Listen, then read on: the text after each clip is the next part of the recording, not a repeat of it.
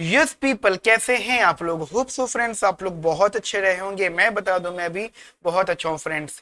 Friends, आज हम अपनी क्लास के अंदर डिस्कस करेंगे इग्नू एम इकोनॉमिक्स में सेकेंड ईयर में एक सब्जेक्ट है that is MEC 007 international trade and finance. ठीक है बेटा, international trade and finance gas ये हम लोग डिस्कस करेंगे।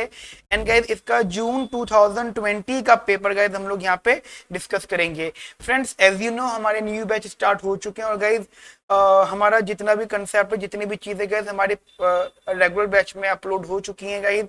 ठीक है, और अगर आपने अभी तक क्लासेस स्टार्ट नहीं करी तो गाइज जल्द से जल्द अपनी क्लासेस स्टार्ट करिए, क्योंकि गाइज आपको फर्स्ट ईयर से एक्सपीरियंस बिल्कुल मिल गया होगा कि इग्नू में मतलब आपने पढ़ते हुए तो चलो ध्यान नहीं दिया होगा, लेकिन जब आप पेपर दे रहे होंगे तो आपको ये फील हुआ होगा कि अगर थोड़ी सी प्रिपरेशन और हो जाती तो आपका पेपर और अच्छा हो जाता। ये गैस मैं फर्स्ट ईयर की बात कर रहा हूँ, जब आपके MEC 101 से लेकर MEC 105 तक के पेपर्स थे। ठीक है गैस, ये आपको रियलाइज डेफिनेटली हुआ होगा। बहुत सारे बच्चों को ये रियलाइज होता है कि काश हम लोग थोड़ा बहुत और पढ़ लेते, थोड़ा सा और स्टडी कर लेते, थोड़ा सिस्टमेटिक वे में पढ़ लेते, थोड़ा सा सही डायरेक्शन में पढ़ लेते, कुछ क्वेश्चन प्रैक्टिस कर लेते तो हमारे पेपर एज कंपेरेटिवली अच्छा हो जाता है, मार्क्स अच्छे हो जाते हैं।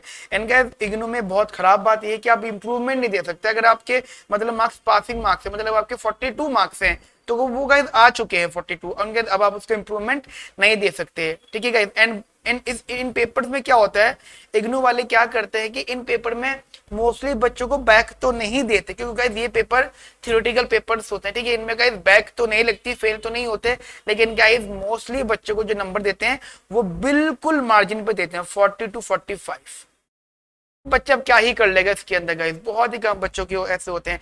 लेकिन गाइस ये वो बच्चे होते हैं जिनको जिनको पढ़ने का पैटर्न नहीं पता होता, जिनको एग्जाम अटेम्प्ट करने का पैटर्न नहीं पता होता, या फिर जिनका डायरेक्शन खराब होता है। अगर आपने गाइस इग्नू का सिलेबस कंप्लीट अच्छे से पढ़ा हुआ है, इग्नू के कम से कम 10 साल के पास्ट पेपर्स को अच्छे से विद द बेटर गाइडेंस, ठीक है, विद इग्नू हॉलिक्स क्लासेस के पोर्टल के साथ, अगर आपने गाइस सारे पास्ट पेपर को किया हुआ, एंड अगर आपने 1 से 2 मॉक टेस्ट पेपर्स भी अटेम्प्ट किए मैं गाइस सब्जेक्टिव लेवल पर, तो गाइस आपके मार्क्स जो हैं 75 प्लस आने के चांसेस रहते हैं। हमारे बहुत सारे बच्चे ऐसे जिनके गाइस 75 से ज्यादा मार्क्स आ चुके हैं, 75% से ज्यादा मार्क्स आ चुके हैं in international economics, international trade and finance. ठीक है, सो गाइस आज हम लोग बेसिकली इसको डिस्कस करेंगे। फ्रेंड्स, जैसे कि आप लोग जानते हैं कि आपको पेपर का पैटर्न बहुत बहुत अच्छे से पता है, जस्ट यहाँ पे इनके अकॉर्डिंगली गाइस ये मैंने पहले भी डिस्कस किया था, answer any 2 question from this section. यानी गाइस ये जो आपका सेक्शन ए है, इसके अंदर गाइस आपको पता है 4 क्वेश्चन हैं, 4 में से गाइस आपको 2 क्वेश्चन अटेम्प्ट करने हैं, और गाइस आपका हर क्वेश्चन 20 नंबर का है। ठीक है गाइस, ये मैं अपने पेड पोर्टल पर रेगुलर क्लासेस में गाइस सारा कुछ करवा चुका हूँ। ठीक है बेटा, आज की क्लास में मैं यहाँ पर जिसका लास्ट क्वेश्चन है, क्वेश्चन नंबर 12। ठीक है बेटा, ये मैं आपको गाइस आज कराऊंगा क्वेश्चन नंबर 12। एंड गाइस देखिए समझिएगा, इंटरनेशनल इकोनॉमिक्स बहुत इंटरेस्टिंग सब्जेक्ट है। ठीक है, क्योंकि गाइस अगर आप बेसिकली MA अगर आप गाइस पीजी कर रहे हो तो गाइस आपका पीछे का रीजन यही होगा कि आपको यूजीसी नेट करना है, या फिर इंडियन इकोनॉमिक सर्विसेज में जाना है, या फिर यूजीसी नेट JRF क्लियर करना है, या फिर अपने स्कूल लेवल पे प्रमोशन की बात करनी है, या फिर कुछ ऐसे एग्जाम्स की प्रिपरेशन करनी है जिनमें गाइस MA इन इकोनॉमिक्स या फिर PG कोर्स कंपलसरी होता है। ठीक है, रिक्वायरमेंट है उसकी। ठीक है, तो गाइस वहां पे गाइस इन सब चीजों का कंसेप्चुअल नॉलेज की जरूरत होगी, तो गाइस आपको ये सब चीजें पता होना चाहिए। गाइस अगर आप PG के बेसिस पे कोई इंटरव्यू फेस कर रहे हो आफ्टर पोस्ट ग्रेजुएशन, तो गाइस इंटरनेशनल इकोनॉमिक्स काफी अच्छे लेवल पे पूछा जाता है। ठीक है, एंड ये टॉपिक तो गाइस आप मान के चलो हर साल पूछा जाता है आपके पेपर में, लेकिन बदल बदल के। ठीक है, तो गाइस हम यहाँ पे डिस्कस करते हैं, discuss briefly Leontief's paradox, full stop, do you think it invalidates the Heckscher-Ohlin theory of international trade। बेटा ये जो क्वेश्चन है जस्ट अगर आपने ध्यान दिया हो, सेक्शन बी में 12 नंबर का। ठीक है गैस, 12 नंबर का क्वेश्चन है, और 12 नंबर के अकॉर्डिंगली अगर आप ध्यान से देखें तो मतलब ये जो वेटेज है ये 7 to 8 मार्क्स की गैस यहाँ तक की वेटेज का क्वेश्चन है। गैस काफी ऑब्वियस बात है, काफी डिटेल है। ये गैस ये सिर्फ इसमें 1-2 लाइन का आंसर आएगा कि भाई क्या ये HO मॉडल को इनवैलिडेट कर रहा है, जो भी बात गैस सच है करता है। तो गैस ये आपका मोस्टली आप कह सकते हो 4 से 5 नंबर का गैस ये पार्ट है आपका। ठीक है, ठीक है गाइस। तो मैं आपको पहले इसको थोड़ा सा एक्सप्लेन कर देता हूँ पूरा पूरा पहले गाइस आपको कंसेप्चुअल एक्सप्लेन कर देता हूँ, समझा देता हूँ। उसके बाद मैं आपको गाइस इसका थ्योरेटिकल आंसर भी दे दूंगा। ठीक है, तो जरा ध्यान से देखिएगा यहाँ पर मेरे साथ में। दैट इज या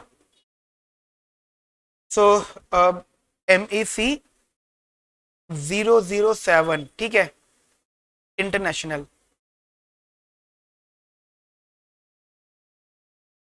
trade and finance, trade and finance, ठीक है, and it's June 2020। Question number 12, weightage इसकी 20 मार्क्स की। ठीक है, कंसेप्ट गाइस क्या पूछा उन्होंने आपसे? Concept is what do you mean by Leontief paradox. यार देखो, मैं आपको जस्ट एक छोटी सी चीज बता देता हूँ, लियोनटिफ पैराडॉक्स का कंसेप्ट उठ के भी कहाँ से आया है। देखो बेटा, हमारी इंटरनेशनल इकोनॉमिक्स में, इंटरनेशनल ट्रेड एंड फाइनेंस वाली थ्योरी में अगर आप देखें तो थर्ड इकोनॉमिस्ट का जो नाम आता है, थर्ड का मतलब वो किया, देखो मैं आपको बताता हूँ। सबसे पहले जो नाम आता है गाइस हमारे इंटरनेशनल ट्रेड में, डेविड ह्यूम, 1776, डेविड ह्यूम। उसके बाद नाम आता है बेटा एडम स्मिथ का, यानी classical theorist Adam Smith. And उसके बाद नाम बेटा आता है हमारा रिकार्डियन। ठीक है गाइस, समझना, एडम स्मिथ और रिकार्डियन थ्योरी एक साथ में ही है। उसके बाद जो गाइस हमारे पास जो नाम आता है दैट वाज हेक्सचर ओलिन। ठीक है, ठीक है गाइस, ये वो इकोनॉमिस्ट है बेसिकली गाइस, जिन्होंने गाइस एडम स्मिथ और रिकार्डन थ्योरी को थोड़ा सा वायलेट करा, थोड़ा सा गाइस उनको गलत साबित किया। ठीक है, एंड देन अपनी थ्योरी दी। गाइस देखो, हेक्सचर ओलिन मॉडल क्या है वो तो गाइस मैंने आपको अपने कंसेप्चुअल क्लासेस में बहुत अच्छे से समझाया है। बस मैं आपको यहाँ पे छोटा सा कंसेप्ट समझाना चाहता हूँ कि लियोनटिफ का HO से क्या लेना देना है। देखो समझो, हेक्सचर ओलिन ये बोलते थे, मैं बस अगर देखो मैं इसे एक्सप्लेन कर रहा हूँ और गाइस ध्यान रखना ये ऑटोमेटिकली एक्सप्लेन हो जाएगा। ठीक है, जहां मैं चीजों को बदल दूंगा। देखो सुनना, हेक्सचर ओलिन ये इकोनॉमिक्स थे, दो इकोनॉमिक्स थे, हेक्सचर और हेक्सचर अलग थे, ओलिन अलग थे। ठीक है, तो गाइस ये दो इकोनॉमिक्स थे, इन्होंने रिकार्डियन थ्योरी को, एडम स्मिथ और रिकार्डियन थ्योरी को गाइस फेल किया था, वायलेट किया था। ठीक है, और इन्होंने अपनी थ्योरी दी थी 2:2:2 मॉडल, यानी हमारे वर्ल्ड में दो कंट्रीज होंगी, होम एंड फॉरेन, वो दो गुड्स बना रही होंगी, गुड एक्स और गुड वाई, और वो दो फैक्टर्स ऑफ इनपुट इस्तेमाल कर रहे होंगे, that is labour and capital. ठीक है गाइस, तो ये इनकी थ्योरी थी, बहुत बेसिक लेवल पे समझिएगा। हेक्सचर ओलिन ये बोलते थे कि भाई जिस कंट्री में जो इनपुट ज्यादा है वो कंट्री उसी गुड्स को बनाएगी जिस गुड में उनकी कंट्रीज के इनपुट की ज्यादा इन्वॉल्वमेंट है। जैसे एग्जांपल इंडिया है, इंडिया पहले के जमाने में गाइस कौन थी? India guys land intensive country थी। मैं किस सेंस में बोल रहा हूँ? पहले के जमाने में गाइस इंडिया में क्या है, जमीन के प्रोडक्ट बहुत सारे थे। 1960s की बात कर रहा हूँ, गेहूं चावल, ठीक है, ये बहुत बनता था। तो हमारी इंडिया के अंदर जो है लैंड इंटेंसिटिविटी बहुत ज्यादा देखी जाती थी, गेहूं चावल ज्यादा बनते थे। समझ में आएगा गाइस मेरी बात आपको ये? ठीक है, गेहूं चावल ज्यादा बनते थे, लेकिन आफ्टर दैट गाइस हमारी कंट्री लेबर इंटेंसिव बन गई, लेबर ज्यादा हो गई। तो अब आपके माइंड में क्या आ रहा है, क्या आ रहा है कि हमारी कंट्री कौन से प्रोडक्ट बनाना ज्यादा जानती होगी? 1960s की बात कर रहा हूँ, गेहूं चावल में ज्यादा स्पेशलिस्ट होगी। ठीक है, क्योंकि हमारी कंट्री में जमीन अच्छी खासी है और वो जो जमीन है वो गेहूं चावल अच्छा उगा सकती है, इसलिए हमारी कंट्री गेहूं चावल को ज्यादा बनाएगी और इसको एक्सपोर्ट करेगी। Got it? है ना बेटा, यहां तक बात इजीली समझ में आ गई होगी। And guys, no doubt guys, जो जो वो कंट्रीज हैं जिन जिन कंट्रीज के अंदर कैपिटल यानी पैसा ज्यादा है, तो गाइस वो कंट्रीज उन प्रोडक्ट में ज्यादा स्पेशलिस्ट है जिनमें जिनमें गाइस उनका इनपुट ज्यादा इस्तेमाल होता है, दैट इज कैपिटल। अब कंसेप्ट ये था, हेक्सचर ओलिन के अकॉर्डिंगली, देखो समझना, हेक्सचर ओलिन के अकॉर्डिंगली जो यूएस थी, यूएस कंट्री, ठीक है, वो कौन थी? वो थी capital abundant country, capital abundant country. ठीक है, कैपिटल अबंडेंट, अबंडेंट का मतलब होता है ज्यादा होना, कोई चीज ज्यादा होना, तो कैपिटल यूएस में ज्यादा थी। तो ऑब्वियसली बात है, हेक्सचर ओलिन ने अपनी थ्योरी में बोल दिया कि भाई जो यूएस है वो कैपिटल अबंडेंट है, इसलिए यूएस के अंदर जो कमोडिटी बनेगी या फिर यूएस जो है एक्सपोर्टर होगा of capital intensive good, intensive goods. यानी जो यूएस में कैपिटल को इस्तेमाल करके जो चीज सबसे ज्यादा बनती होगी, ऑब्वियसली बात है यूएस इकोनॉमी उसी चीज की एक्सपोर्टर होगी। ठीक है, ये बात तो लॉजिकल थी। ठीक है, क्योंकि US is the capital abundant country. लेकिन गाइज आईजी लियोन्टिफ एक इकोनॉमिस्ट थे। इनफैक्ट गाइज ये देखा जाता है कि लियोन्टिफ वाज द इकोनॉमिस्ट जिन्होंने बहुत सारी थ्योरीज को वायलेट किया है, बहुत सारे इकोनॉमिस्ट की थ्योरी को फेल साबित किया, मतलब उनको गलत साबित किया। ठीक है, प्रूफ कर दे कि उनकी थ्योरीज गलत है। तो लियोन्टिफ ने क्या किया, लियोन्टिफ ने after 25 year of world war second का डेटा लिया, यानी विश्व युद्ध दो, वर्ल्ड वॉर सेकेंड के बाद के 25 सालों का उन्होंने डेटा लिया। ठीक है, डेटा मतलब आप समझ सकते हो क्या होता है। और गाइस उन्होंने तकरीबन मतलब बहुत सारे गुड्स लिए, कमोडिटीज ली, और उन्होंने उन्होंने मतलब ये गाइस यूएस का लिया था, यूएस का। और उन्होंने ये रियलाइज करा, मतलब उनको भी ये लग रहा था कि भाई यूएस जो है वो कैपिटल अबंडेंट कंट्री है, तो कैपिटल इंटेंसिव गुड ही बनाएगी और उससे में एक्सपोर्टर बनेगी। लेकिन गाइस हुआ क्या लियोन्टिफ ने ये देखा कि यूएस जो है गाइस वो labour intensive country, sorry labour intensive good, intensive goods को प्रोड्यूस कर रही है। कौन से गुड्स प्रोड्यूस कर रही है बेटा? लेबर इंटेंसिव गुड्स प्रोड्यूस कर रही है और उन्हीं को बेसिकली एक्सपोर्ट कर रही है। ठीक है, and become a net exporter. Guys उस जमाने में क्या होता था कि जो कंट्री ज्यादा बनाती थी जो कमोडिटी, वो उसी की एक्सपोर्टर हुआ करती थी, और जो गुड कम बनाती थी वो उस गुड की इंपोर्टर हुआ करती थी। ठीक है, जैसे मैं आपको छोटा सा एग्जांपल दूं, इंडिया 1960s में इंडिया जो था गेहूं चावल एक्सपोर्ट करता था क्योंकि गेहूं चावल ज्यादा बनाता था। लेकिन गाइस इंडिया मशीन ऑब्वियसली बात है, इतनी टेक्नोलॉजी इंडिया के पास उस टाइम नहीं थी, तो इंडिया वो चीज इंपोर्ट करते थे जो चीज इंडिया नहीं बना पाता था। ठीक है बेटा, ठीक है। अब अब आप यहाँ पे समझिएगा, लेबर इंटेंसिव गुड्स हो गए, तो गाइस पहली बात तो ये जो रिजल्ट निकल के आया, इस रिजल्ट को बोला गया लियोन्टिफ पैराडॉक्स। ठीक है, और इस थ्योरी में गाइस यही हुआ कि हमारी एचओ मॉडल वायलेट हो गया।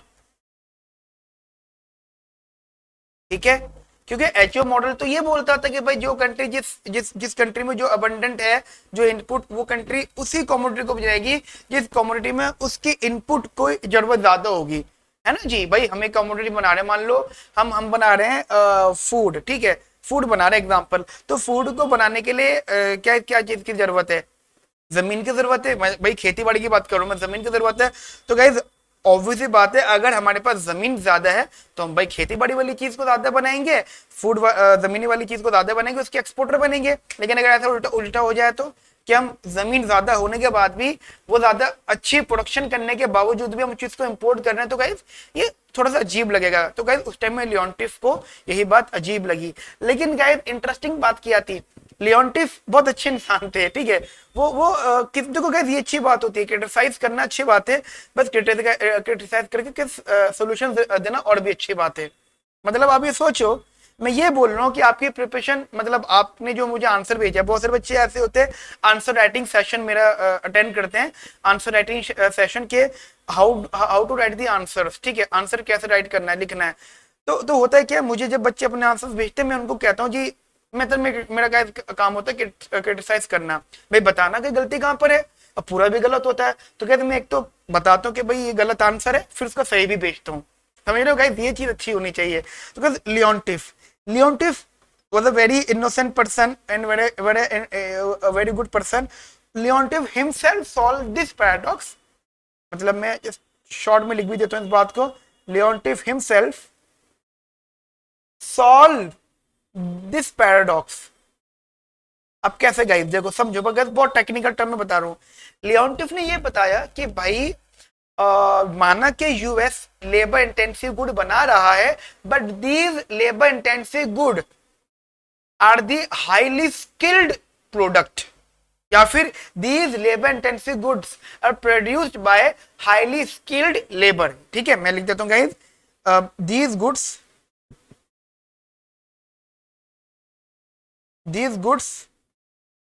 आर प्रोड्यूस्ड, या वर्ड प्रोड्यूस्ड लिख लेते हैं, were produced by highly skilled labour. अब सोचो इसका मतलब क्या हुआ, देखो समझो। यूएस अपने नेचर पे चल रहा था, यूएस कैपिटल इंटेंसिव प्रोडक्ट बना रहा था। एक्चुअली यूएस कर क्या रहा था, यूएस के पास जितना पैसा था उस पैसे को अपनी लेबर पे लगा रहा था। पहले लेबर पे पैसा नहीं लगाता था, मतलब लेबर की स्किल्ड लेबर को स्किल्ड लेबर नहीं बनाया जाता था।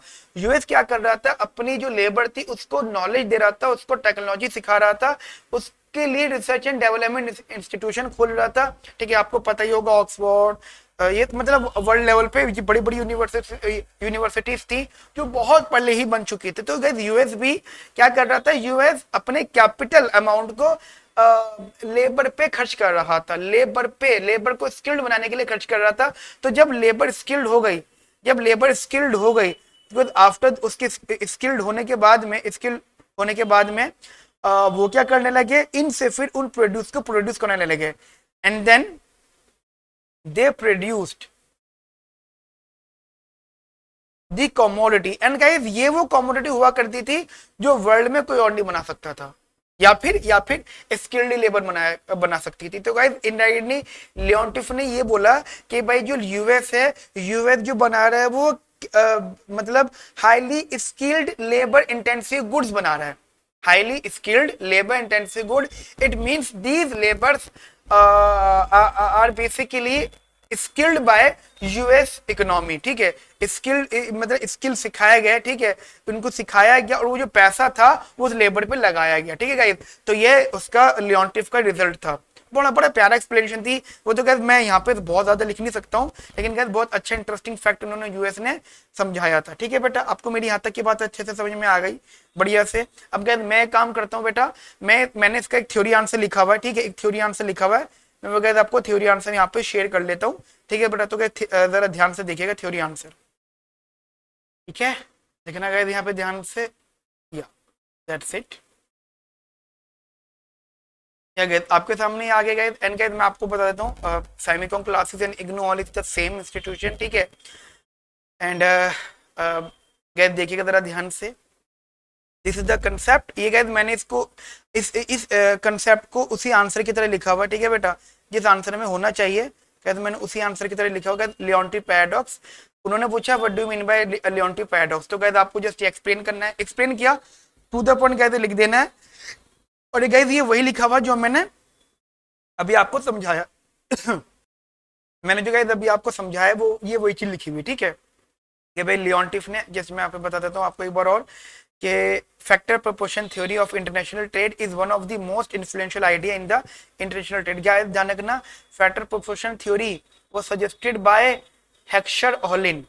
ये मैंने अपनी कॉन्सेप्चुअल क्लासेस में आपको बहुत डिटेल में एक्सप्लेन किया है। ठीक है, ये तो रीजन से जो देखो गाइस हम लोग पहले economics honours MA in economy Delhi university को पढ़ाते थे, लेकिन गाइस हमारे बहुत सारे स्टूडेंट ग्रेजुएशन दिल्ली यूनिवर्सिटी से किया एंड पोस्ट ग्रेजुएशन वहां से किया इग्नू से। तो गाइस हमें वहां से एक आइडिया मिला, या बच्चों ने हमको फोर्स किया कि सर आप प्लीज इग्नू का भी पढ़ाओ, क्योंकि इग्नू में बच्चों के पास बहुत सही डायरेक्शन नहीं है। मतलब बहुत सारे बच्चे इग्नू में मिस डायरेक्ट हुए हैं, उनको नहीं पता how to write the answers. And sir अगर आप हमारी दिल्ली यूनिवर्सिटी वाली नॉलेज को अगर यहाँ पे शेयर करोगे तो सर बच्चों का बहुत फायदा होगा। तो ये देखिए कितना इंटरेस्टिंग आंसर है। ठीक है, बहुत देखिए टू द पॉइंट बात है। ये मैंने आपको बताया था factor proportion theory was the very important theory in international economics and it was suggested by Heckscher Ohlin. Even guys इसमें जो ओहलिन है वो तो नोबलिस्ट है, उनको नोबल भी मिला हुआ है ओहलिन को। ठीक है, एंड गाइस यहाँ पे मैंने सारी चीजें एक्सप्लेन कर रखी है गाइस, आप एक बार इसको रीड कर लीजिएगा। ठीक है, यूएस डाटा का लियोंटिफ ने यूएस का डेटा लिया था। ठीक है, और यूएस देखो मतलब हम सबको पता था कि यूएस जो था high on the ranking of capital labour ratio, मतलब उसके बाद में कैपिटल ज्यादा थी। US the capital abundant country. ठीक है, US gas capital abundant country था, एंड जस्ट हम ही एक्सपेक्ट कर रहे थे कि भाई यूएस जो है कैपिटल इंटेंसिव गुड का एक्सपोर्टर होगा और इंपोर्टर होगा लेबर इंटेंसिव गुड का। समझ में आएगा, ये बात लिखनी है आपको एग्जाम में। लेकिन गाइस ये ऐसा केस नहीं दिखा, और हमने जब वर्ल्ड वॉर सेकेंड के बाद में एक डेटा लिया तो डेटा में हमको ये मालूम पड़ा कि यूएस जो है एक्सपोर्ट कर रहा है, capital intensive good come export कर रहा है, और जबकि वो कैपिटल इंटेंसिव गुड इंपोर्ट कर रहा है। ठीक है, तो ये इसको तो बोलते हैं लियोन्टिफ पैराडॉक्स यहाँ तक भाई कि भाई उसकी थ्योरी फेल हो गई, ठीक है। एंड इस चीज को हमने माना गया ये कंसेप्ट माना गया अगेंस्ट ऑफ एचओ मॉडल। क्या इसमें क्वेश्चन है ना आपके, इस क्वेश्चन के अंदर क्वेश्चन कनेक्टेड है कि एचओ मॉडल क्या इनवैलिडेट है, तो गैस ये इसका आंसर ये रहा, ठीक है, हाँ वो है। However later on Leontief himself, क्या देखो अब देखो उन्होंने बहुत अच्छा थे लियोन्टिफ, उन्होंने खुद ही पैराडॉक्स को सॉल्व किया और उन्होंने बताया कि found that US exported products that were more skilled labour intensive. समझ में आएगा मेरी बात आपको, ये जो था guys more skilled labour intensive थे। और गाइज फिर ये गाइज आगे कंटिन्यू उन्होंने एक्सप्लेनेशन दिया यहाँ पे, ठीक है। तो गाइज ये पूरा का पूरा गाइज आपको पैराग्राफ उसके अंदर लिखना है, ठीक है बेटा। तो गाइज मैंने पूरा का पूरा आपको एक्सप्लेनेशन दे दिए, मैं आपको एक बार यहाँ से दिखा दूँ। एंड गाइज ये हमारे रेगुलर स्टूडेंट्स के लिए पोर्टल पर ये नोट्स अवेलेबल है, ठीक है बेटा। ओके गाइज, तो हमने बेसिकली यहाँ पे ये क्वेश्चन डिस्कस कर लिया। एंड गाइज यू नो ये जो क्वेश्चन था, इस क्वेश्चन ये टोटल 12 नंबर का था, ठीक है बेटा। एंड ये पूरी थ्योरी को देखिए, ये इस पूरी थ्योरी के अंदर दोनों पार्ट गाइज अवेलेबल है, ठीक है। या गाइज इस चीज का भी आंसर लिखा हुआ उसके अंदर, ठीक है गाइज, तो कंप्लीट है। एंड गाइज ये रिमेनिंग पेपर हमारे नॉर्मल पोर्टल पर अवेलेबल है, ठीक है। हमारे पोर्टल जो पेड पोर्टल है गाइज वहाँ पे अवेलेबल है। And guys it's please guys अपनी अपनी पढ़ाई के साथ मतलब अन्याय मत करो गाइज, थोड़ा सा अच्छा डायरेक्शन के साथ में स्टडी कर लो। एंड गाइज अगर आपने हमारे यूट्यूब चैनल को सब्सक्राइब नहीं किया तो गाइज अभी सब्सक्राइब करिए, लाइक करिए एंड कमेंट करिए, ठीक है। ओके गाइज, मिलते हैं हम लोग नेक्स्ट सेशन में, ठीक है गाइज। एंड अगर आपको कोई भी क्वेरी कोई भी डाउट हो तो गाइज हमारे डिस्क्रिप्शन में नंबर वगैरह है, अब वहाँ पे हमें हमसे कॉन्टेक्ट कर सकते हैं। Okay friends, have a nice day, thank you, bye bye, take care.